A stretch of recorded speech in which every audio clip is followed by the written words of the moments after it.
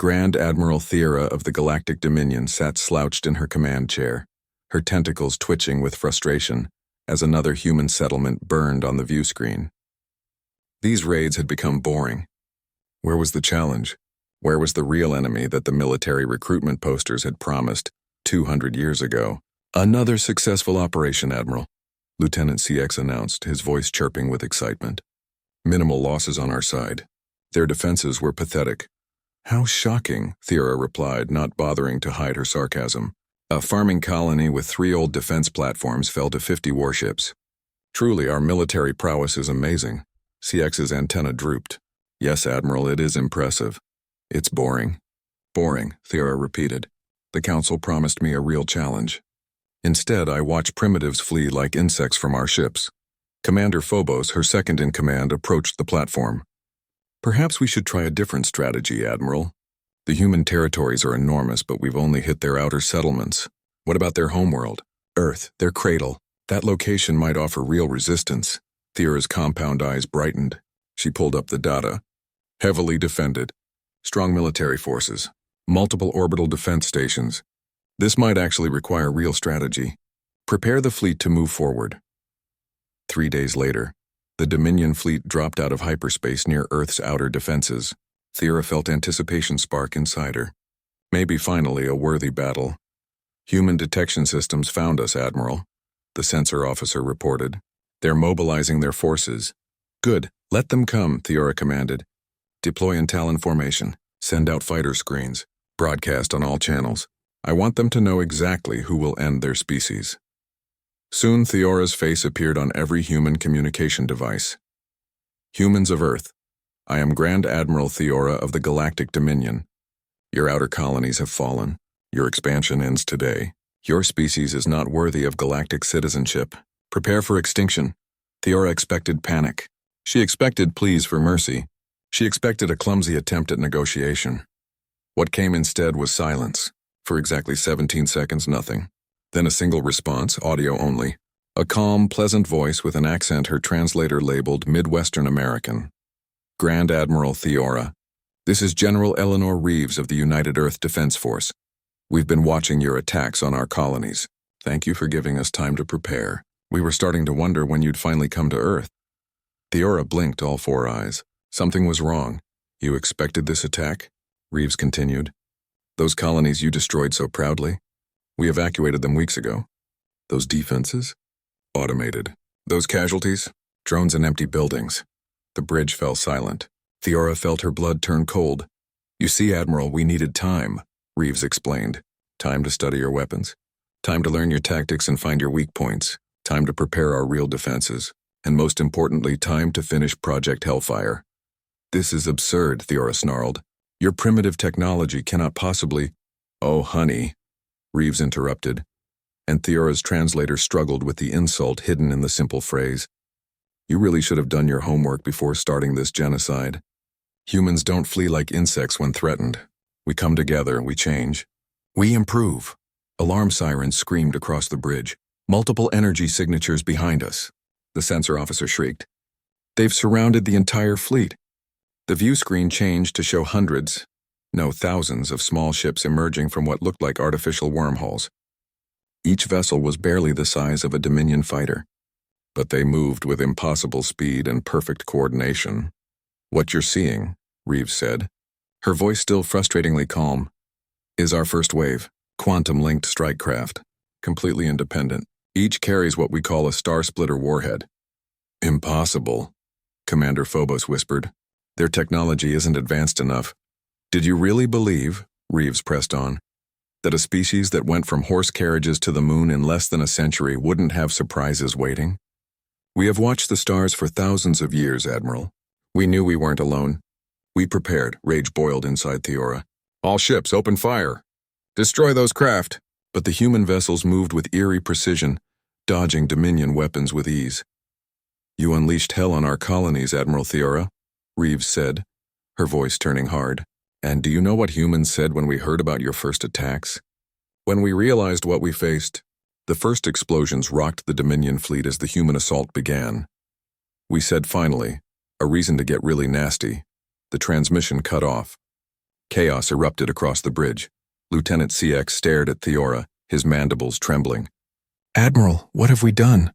Theora sank into her command chair, watching helplessly as the first Dominion cruiser exploded into a fireball under the human onslaught. "We made a terrible error, Lieutenant. We thought humans were prey. It seems we were very, very wrong." The battle above Earth lasted exactly 47 minutes. Theora was too busy trying to keep her flagship from becoming a cloud of superheated plasma to count the time. "Evasive pattern Delta 6, she shouted over the screaming alarms. The massive ship twisted in ways it was never designed to perform. "Status report," she demanded. Commander Phobos clung to his console. 3 tentacles wrapped around support struts. 37% of the fleet destroyed or crippled. "The humans are targeting our engines and weapon systems with complete precision. They're not even trying to kill our crews." "How thoughtful of them," Theora snarled. "Communications," she barked. "Any response from the Council?" The young communications officer shook his head. His normally bright scales turned sickly gray. "Our quantum relays were destroyed first, Admiral." "Were cut off, of course they were." Theora watched the tactical display as another cruiser went dark. The human craft swarmed around them like predators, methodically disabling weapons one by one. "They're toying with us," she realized aloud. "They could destroy us instantly, but they're taking their time." An incoming transmission alert sounded.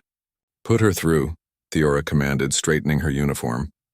General Reeves appeared on screen. She was unremarkable, gray hair, wrinkled skin, small frame. Nothing about her looked like the tactical genius who had just devastated the Dominion military. "Admiral Theora," Reeves said politely, as if they were colleagues meeting for casual conversation instead of enemies in combat. "I trust I've made my point?" "You have proven your species has real strength," Theora admitted bitterly. "What do you want?" Reeves raised an eyebrow. "Want? Oh, you misunderstand. This isn't a negotiation. This is an education. Day 1 of learning what humanity really is." Behind Reeves, a human male stepped forward, taller, younger, with dark skin and sharp eyes. "Admiral, I'm Dr. Marcus Kingsley, xenobiologist and cultural representative. In approximately 30 seconds, your ship will get a data package. It contains everything you need to know about human history, especially our wars." "Why share your military history?" Theora asked, suspicious. "Because we want you to understand what you have awakened," Kingsley replied. "Humans have been fighting each other for all of recorded history. We perfected warfare long before we reached the stars. We created weapons that could destroy our entire world before we even achieved reliable space travel." Theora felt a chill run through her. "What exactly do you want?" "We want you to carry a message to your council," Reeves said, leaning forward. "Tell them that humanity formally rejects their offer of extinction. Tell them we don't care about their judgment of our worth. And tell them we are coming." Theora's voice rose. "Coming where?" "Everywhere." "Everywhere," Reeves confirmed. "You showed us a hostile galaxy exists. Thanks to your attack, humanity is united with a common purpose for the first time in our history. We should thank you," Kingsley nodded. "Your attack unified us. Our governments have activated the Phoenix protocols. We're converting all our industry to military production. Our best minds are focused on weapons. And our population," he smiled grimly. "Let's just say volunteers are overwhelming our recruitment centers." Theora tried to process this. "You're preparing for total war over a few colonies?" "Not just colonies," Reeves corrected. "Human lives, children, families, communities, each precious, each worth avenging. But mostly you threatened Earth, our home, our cradle. There's nothing humans protect more fiercely than home." Another explosion rocked the ship. Theora looked at her tactical display. Another destroyer disabled. "Your point is made, General," Theora conceded. "What happens now?" "Your remaining ships will be allowed to limp home," Reeves said. "But your weapon systems are already disabled. And we've installed what you might call insurance." "What kind of insurance?" Theora didn't like the answer already. "Quantum-linked explosives," Kingsley explained cheerfully. "Very elegant, really. If you tamper with them, they'll convert your entire ship's mass to pure energy instantly. Very clean. Very efficient," Theora slumped. "You've made your point." "I doubt it," Reeves said. "But you will understand soon. You have 24 hours to collect your damaged ships and leave Earth's system. After that, any remaining Dominion vessels are legitimate military targets. And Admiral..." Kingsley's expression hardened. When you report to your council, make them understand. They didn't just attack a species. They didn't just threaten a planet. They gave humans a reason to look outward with our particular kind of creativity. Our history shows what happens when someone pushes us too far. Now it's your turn to learn. The transmission ended. Theora stared at the stars for a long moment before turning to Commander Phobos, who looked just as shaken. Recall all functioning ships, she ordered quietly. Prepare for immediate departure. Download that data package to my quarters. I need to understand what kind of threat we have awakened. 23 hours later, Theora sat in her quarters, eyes fixed on her screen. She hadn't slept, couldn't sleep. Not after what she'd learned. World wars. Nuclear weapons capable of destroying their own planet multiple times over. Guerrilla warfare, terrorism, biological weapons, and the sheer capacity for cruelty humans had inflicted on themselves was staggering. Now that capacity was turning outward, toward the Dominion, toward the galaxy. Lieutenant CX entered hesitantly. Admiral, we've cleared Earth's system. The bridge is ready for the jump to hyperspace. Theora didn't look up from footage labeled The Siege of Stalingrad. Do you know what I've learned, Lieutenant? No, Admiral.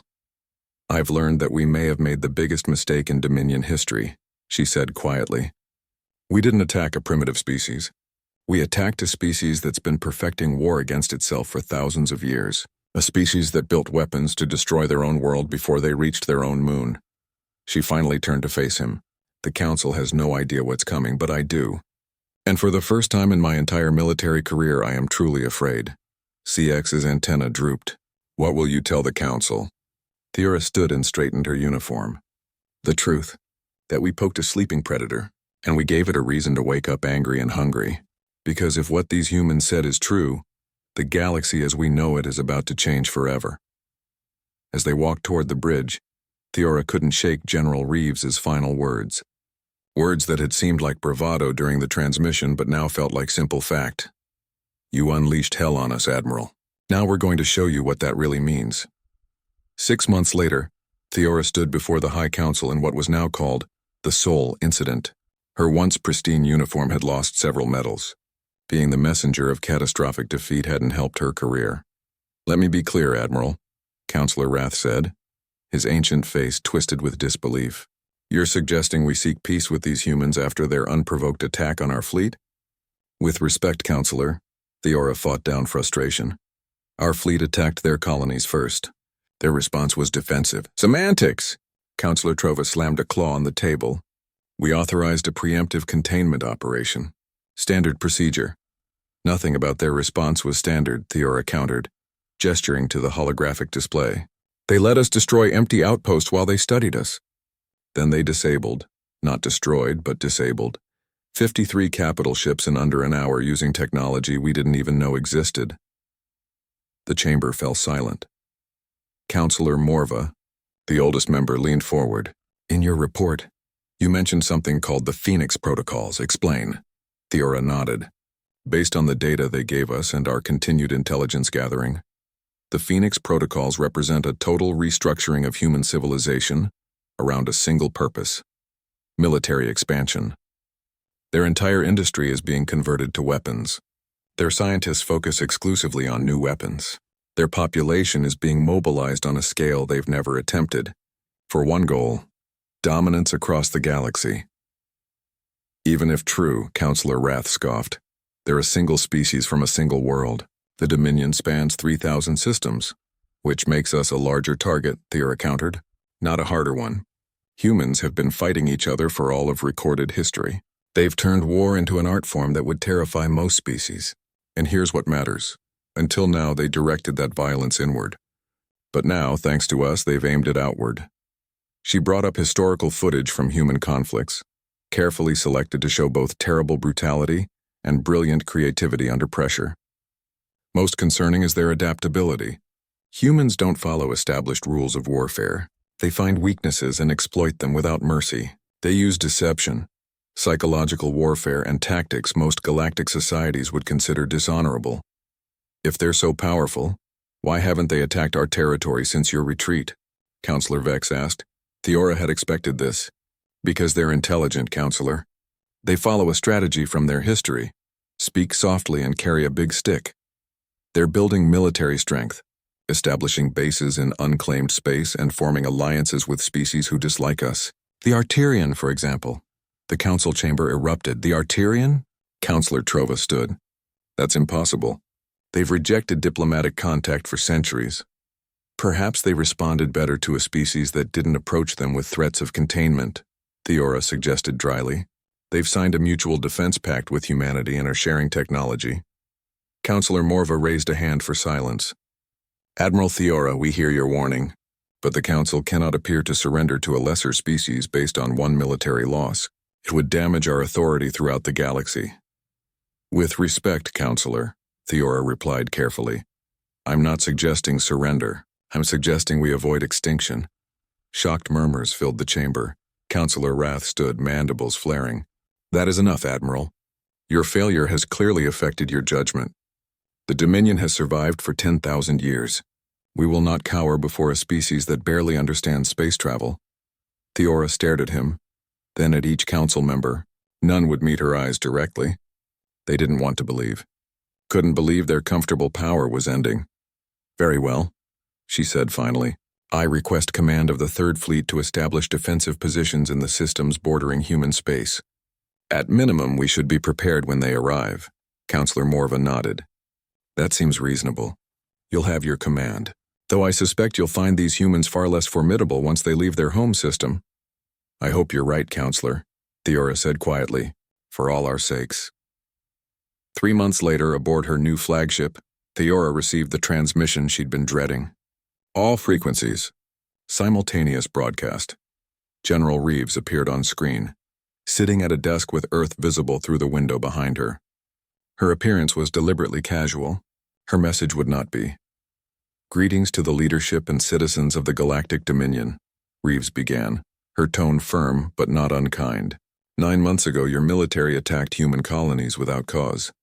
When you reached Earth, we showed you our strength and allowed your survivors to return home with a warning. She leaned forward. That warning was ignored.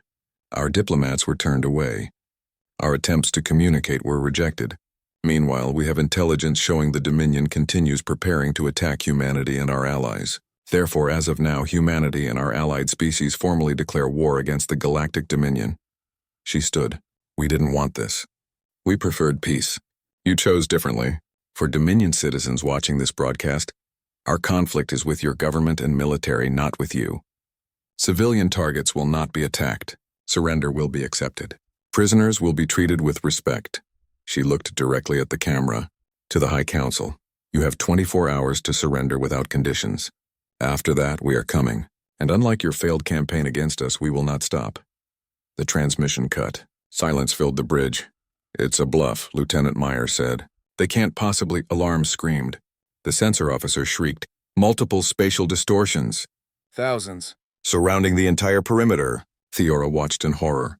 As human warships far larger and more numerous than anything shown at Earth emerged from artificial wormholes across a front spanning hundreds of light years. Impossible. No species had mastered wormhole technology at this scale. Humanity specializes in the impossible, Theora replied grimly. Battle stations. All ships form defensive positions. Contact the High Council. Tell them. She watched the first wave of human fighters launch from their carriers. Tell them I was right. The bridge rocked. As the first shots were fired in what would become known as the Dominion War, history would later call it the shortest galactic conflict ever recorded. Tew. Lasted 1 week. 1 week for a species the Dominion had dismissed as barely space-capable to shatter an empire that had stood for 10,000 years. Theora sat in the ruins of the High Council chamber, surrounded by debris, both physical and political. Dust filled the air. The acrid smell of weapons fire stung her nostrils. Through the shattered dome overhead, Dominion Prime's twin moons shone serenely, completely unchanged by the apocalypse below. Penny for your thoughts, Admiral? Theora didn't turn. She'd been expecting General Reeves. I'm not familiar with the exchange rate between Dominion currency and pennies, General, but I doubt my thoughts are worth much anymore. Reeves chuckled, picking her way through the rubble to sit nearby. She wore a simple uniform and carried only a small sidearm. That she felt safe enough to walk through conquered territory with minimal protection spoke volumes about humanity's total victory. Your defense of the Arcturus sector was impressive, Reeves offered. You nearly stopped our third fleet. Nearly means nothing in war, Theora replied bitterly, echoing her late counsel's favorite phrase. Reeves nodded, looking around at the destruction. For what it's worth, I argued against the strike on the council chamber. Killing leadership usually creates martyrs, makes things messier long-term, but I was overruled. By whom? Theora asked, genuinely surprised. Our civilian leadership. We're not an autocracy, Admiral. Politicians make the big decisions.